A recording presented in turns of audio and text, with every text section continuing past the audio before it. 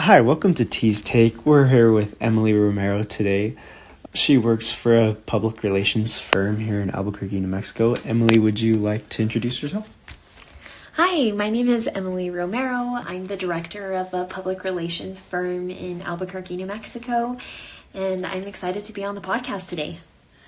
Thank you. First question I have for you today, Emily, is how can we recognize and better understand democratic values in our everyday lives? I think by just being informed, listening to podcasts, watching C-SPAN, reading the news every day, I think by doing all those things, I think that we will be more informed voters and also appreciate the democracy that we live in right now. It's crazy because we have social media at our fingertips right now. And so you can open up your Instagram at any given day and see the state of other countries and the wars going on. You could see little kids getting bombed, and I think it's just really sad the world that we live in. And so I think gaining a deeper appreciation for the democracy that we do live in and being able to say what we want to say and protest when we want to protest, I think it's very important that we are informed so we can be better voters and be informed so that we can appreciate the country that we live in right now, because I think for a lot of times people take it for granted how good the United States is. We have so much freedom here that no other country has, and I think that it's good to take that into consideration. Mm-hmm. And how do you feel that today's political climate is dealing with accountability and transparency?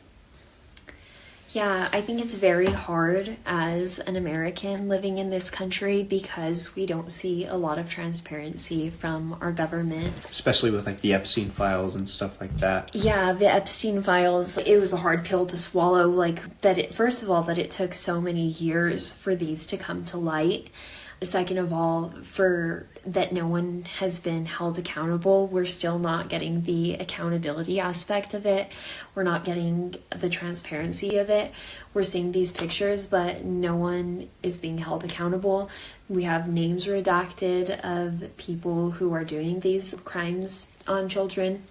And so I think it's very hard right now as a person living in America, not having that transparency from our government. And how are we going to continue to live like this if they're seeing that we see their lies and there's still no change? They know that they can lie and they're getting away with it. There's nothing that we can do. Yeah. Has working for a public relations firm changed your view on democracy at all?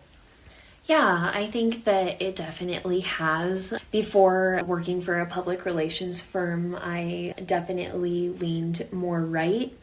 And I'm still a very strong Republican just because of my values that I have.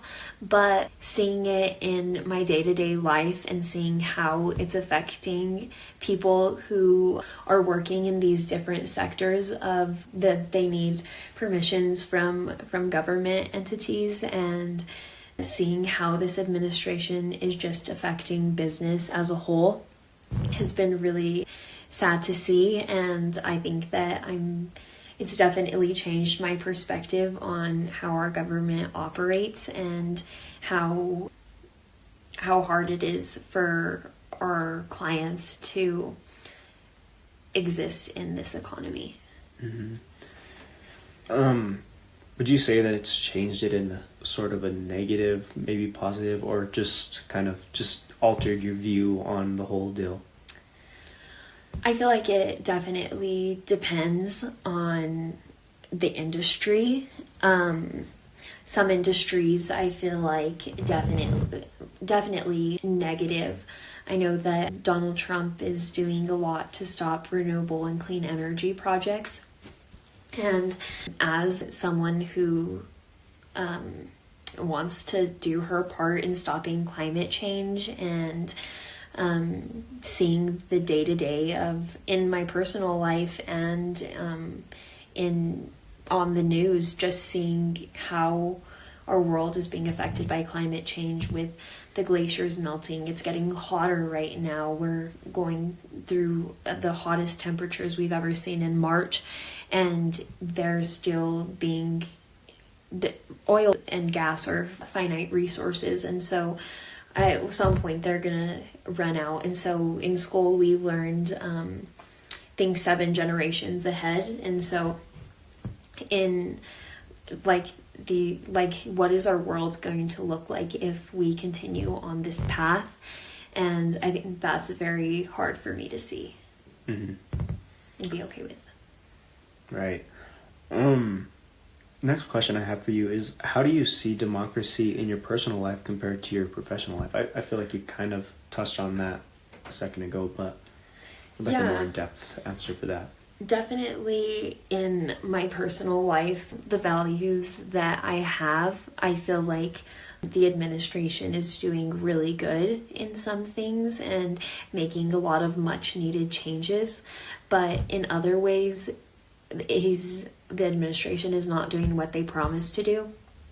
And we're seeing it seeing it take a negative turn in my personal life and my professional life. I feel like in my professional life it tends to be more negative, but in my personal life, I think that there's conflicting views, definitely, of just different aspects of government. Mm-hmm. And as far as moving away from the higher political kind of deal, how would you say democracy in your personal everyday, maybe work life, how does that work between maybe your superiors, your co-workers?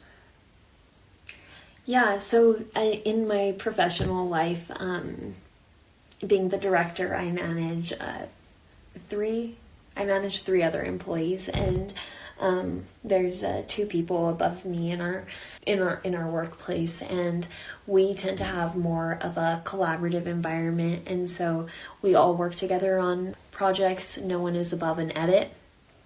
And so it's not very up-down communication.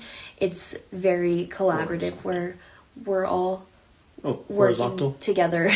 I'm not sure.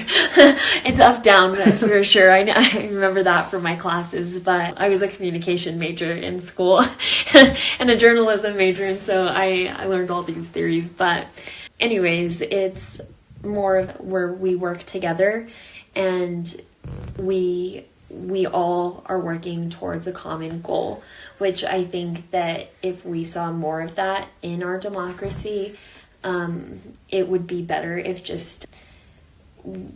we saw our politicians having respect for each other. I think that would translate to us, and I think that we would have more respect for each other and not be so Democrats versus Republicans, and just pinning ourselves against each other. Mm-hmm. I feel like that's a big problem in the national politics, but as far as state politics, this class that I'm doing this podcast for, we took a trip up to Santa Fe and saw the representatives all debating on the House floor. We were able to see that firsthand, and you could see that they have their different values, but they're also working for the common good of the people, and who they're obviously not in it for the money. They're in it for the people, because our representatives don't get paid. Well, it changed now. Did it change? Yeah, I think so. I think that was one of the things that they were debating on the floor. Yeah. Yeah, I think it was just barely passed, I think. Oh, shoot. Well, the more you know. As far as anything else, is there anything else you'd like to add? Well, yeah, I was going to add on to what you said, and I had actually seen a wholesome post the other day on my social media, and you always see Democrats versus Republicans, and so I saw a post on my social media the other day in a different state of a Republican woman getting cancer, and she had to shave her heads, and I think about 3 Democrat men shaved their heads with her, and it was just very wholesome, and the comments were talking about how it's not as polarized as it seems, and that they're all just friends in real life. And so I think that was a great perspective that you brought up. I definitely I think it's very important for our younger voters to be informed and know what you are voting for, know your values, and let those guide you, and just be an informed voter, because every vote counts. And I think that it's very important to also appreciate, with all the bad that is our government, there's so much good from our government with our freedom of speech. And if our freedom of speech gets taken away, then that's when we know that there's going to be a shift, I think. Mm-hmm.